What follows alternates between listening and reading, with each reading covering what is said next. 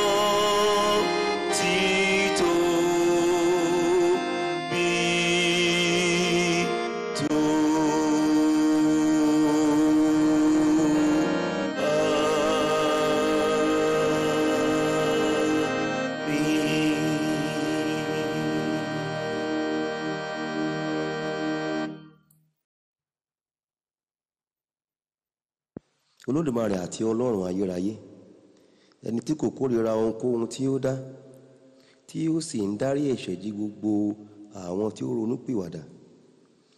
Dá ọkàn títún sínú wa, kí o sì fúnni ní ìròbìnújẹ́ ọkàn, kí àwa tí ń pohùn réré ẹkún ẹ̀ṣẹ̀ wa bí ó ti yẹ, tí a sì ń jẹ́wọ́ òṣì wa, kí a lè ní ìmúkúrò ẹ̀ṣẹ̀ àti ìdáríjì tí ó pé lọ́wọ́ rẹ. Ọlọ́run àánú gbogbo, nípasẹ̀ Jésù Kristi Olúwa wa. Àmín.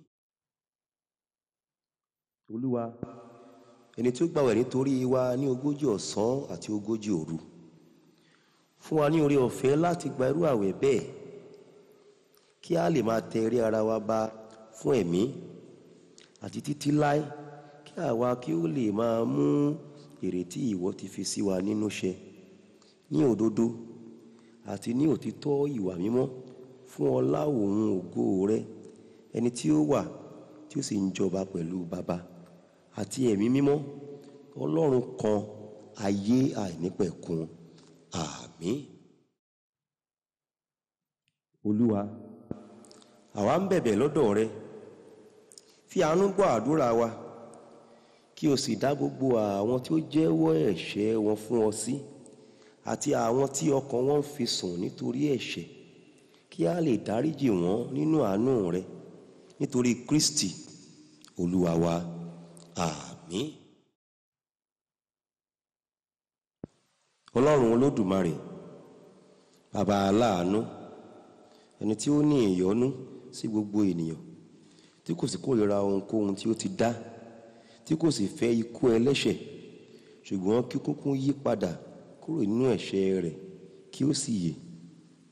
Ṣàánú kí o sì dárí ẹ̀ṣẹ̀ wa jì wá, tẹ́wọ́ gbà wá kí o sì tù wá nínú, àwa tí ó kún fún ìbànújẹ́ nítorí ẹ̀ṣẹ̀. Tìrẹ ni láti máa ṣàánú nígbà gbogbo, tìrẹ nìkan ni láti máa dárí ẹ̀ṣẹ̀ jì ni. Nítorí náà, Olúwa rere, dá wa sí, dá àwa ènìyàn rẹ sí, tí ìwọ ti rà padà. Má ṣe bá ọmọ ọ̀dọ̀ rẹ ṣe ẹjọ́, àwa erùpẹ̀ lásán àti òtòṣì ẹlẹ́ṣẹ̀, ṣùgbọ́n darí ìbínú rẹ kúrò lọ́dọ̀ àwa tí ó ń fi tinútinú jẹ́wọ́ òṣì wa, tí a sì ń ronúpìwàdà ẹ̀ṣẹ̀ wa tọkàntọkàn, kí o sì yára láti ràn wá lọ́wọ́ ní ayé yìí, kí a lè bá ọ gbé títí ní ayé tí ń bọ̀, nípasẹ̀ Jésù Kristi Olúwa wa. Àmín. ẹ máa wí tẹ̀lé wa. Yíwá padà Olúwa, bẹ́ẹ̀ ni àwa ó sì yí padà. Fi ojú rere rẹ wò wá Olúwa, fi ojú rere rẹ wò àwa ènìyàn rẹ tí ń fi ẹkún àti ààwẹ̀ àti àdúrà yí padà sí ọ, nítorí Ọlọ́run aláàánú ni ọ́. O kún fún ìyọ́nú àti ìpamọ́ra. O dá wa sí nígbà tí ó tọ́ fún wa láti jìyà, àti nínú ìbínú rẹ o rántí àánú. Dá àwọn ènìyàn rẹ sí Olúwa rere, dá wa sí. Má ṣe jẹ́ kí ẹni ìní rẹ dààmú. Gbọ́ tiwa Olúwa, nítorí àánú rẹ tóbi, kí o sì wò wá gẹ́gẹ́ bí ọ̀pọ̀ àánú rẹ, nítorí ìjòyè àti ẹ̀bẹ̀ ọmọ rẹ olùbùkún Jésù Kristi Olúwa wa. Àmín. Gbàdúrà ẹ̀dùn ọkàn rẹ. Wí ní kẹ́lẹ́kẹ́lẹ́ fún ọba tí ó san fún ọ ní gbangba. Gbàdúrà sí ọba tó ní kó yẹ ẹnu rẹ gbòòrò, òun yóò sì kún. Jésù Kristi Olúwa wa. Àmín. Olúwa, fiyèsí àwọn ènìyàn rẹ tí wọ́n wólẹ̀ níwájú rẹ, àti àwọn tí ogbó, àìsàn tàbí àìlera kò jẹ́ kí wọ́n lè bá wa pé. Máa bójútó àwọn ọmọ ọwọ́, máa ṣe amọ̀nà àwọn ọ̀dọ́, máa ṣe òpó fún àwọn arúgbó, máa kì àwọn tí ẹ̀rù ń bà láyà. Ṣá àwọn ọ̀dọ́ tí ó túká kiri jọ, kí o sì mú àwọn tó ṣáko padà sínú agbo rẹ. Jẹ́ kí ojú rẹ kí ó máa bá àwọn tí ó rìn lójú omi lọ.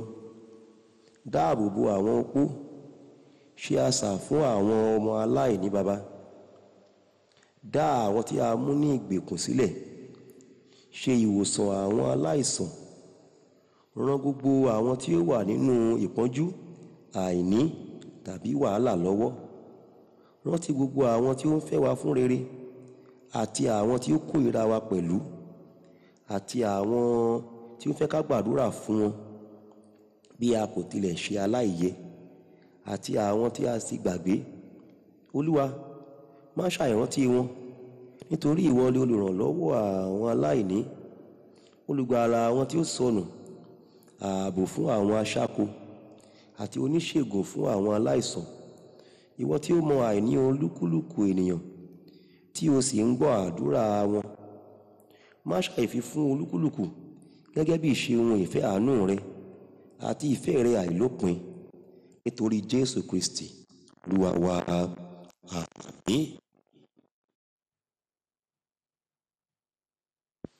Jẹ́ kí oore ọ̀fẹ́ Ọlọ́run ti Baba, ìfẹ́ mímọ́ ti Ọlọ́run, ìdàpọ̀ ti àwọn ènìyàn mímọ́ kó sọ̀kalẹ̀ kó máa bá wa gbé, kí ó ṣojú rẹ̀ kó mọ́lẹ̀ sí wa lára, kí àlàáfíà Ọlọ́run tó tayọ èrò gbogbo kó pa wá láyọ̀ àti ọkàn mọ́ láti òní lọ àti títí láéláé. Àmín, àmín, àmín. Hallelujah, hallelujah, hallelujah. Ìyè, ìyè, ìyè.